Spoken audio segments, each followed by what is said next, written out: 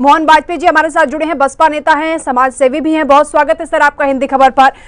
मोहन वाजपेयी जी के बारे में जरा दर्शकों को हम बता दें कि समाज सेवी हैं और समाज सेवा करते हुए गर्मियों में प्याऊ की व्यवस्था करते हैं, सर्दियों में गरीबों को कंबल बांटते हैं और लॉकडाउन में गरीब असहाय लोगों को भोजन देने का कार्य भी कर रहे हैं। ट्रांसपोर्ट व्यवसायी होने के चलते विकलांग और गरीबों को निःशुल्क सेवा भंडारे का आयोजन भी इनकी तरफ से कराया जा रहा है।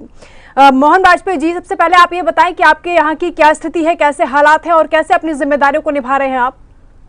नमस्कार मैम, पहले तो मैं क्षमा चाहूंगा आपसे, क्योंकि मैं उन्हें गरीब नहीं मानता। वो जरूरतमंद हैं, वो मानसिक रूप से हम लोगों से ज्यादा अमीर हैं। अमीर ना होते तो 1200 किलोमीटर पैदल चल के आए नहीं होते। दूसरी चीज ये है कि मेरे जनपद में देवभूमि है, ये पूरा हिंदुस्तान ही देवभूमि है। अभी पहले ग्रीन जोन में हम लोग थे, फिर ऑरेंज जोन में हो गए। 67 पेशेंट थे, अच्छे हो गए हैं, 27 बचे हैं। भोलेनाथ माता रानी से विनती है कि वो भी जल्दी स्वस्थ हो।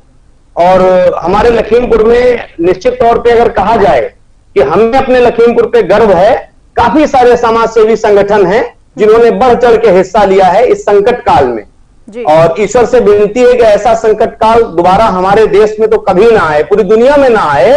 और इस संकट की घड़ी में हमारे लखीमपुर वाले, हम लोग जो कर सकते हैं, हमारा मानना है कि हम कुछ नहीं करते, सब भोलेनाथ माता रानी ही करती हैं। और हर जिम्मेदार नागरिक को, हिंदुस्तान का जो नागरिक हो, उसको करना चाहिए जो समर्थवान हो।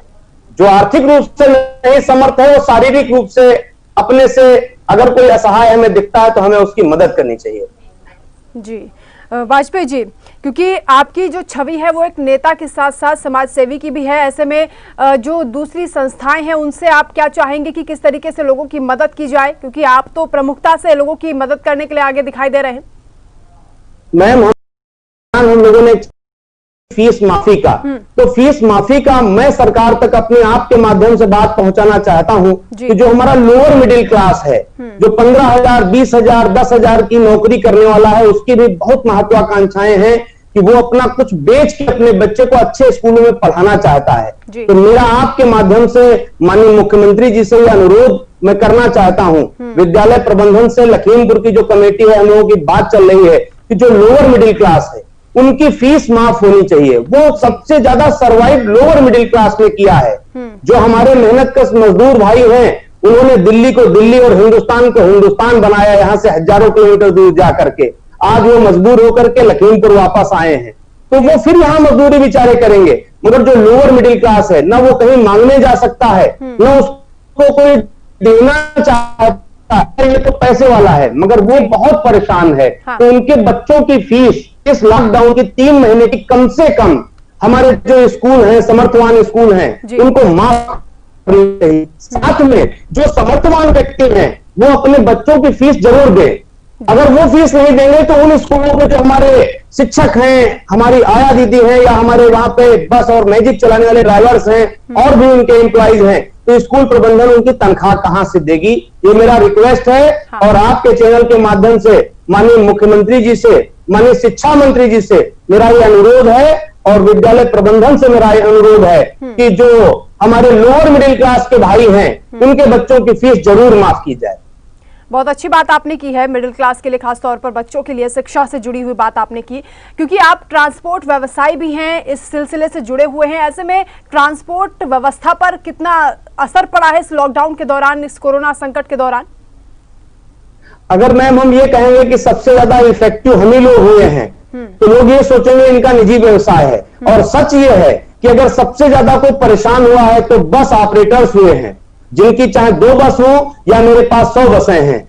हमको टैक्स 31 मार्च तक हमने एडवांस दे रखा था। 22 मार्च से माननीय प्रधानमंत्री जी का आदेश हुआ, जो देश हित में था, एक राजधर्म था।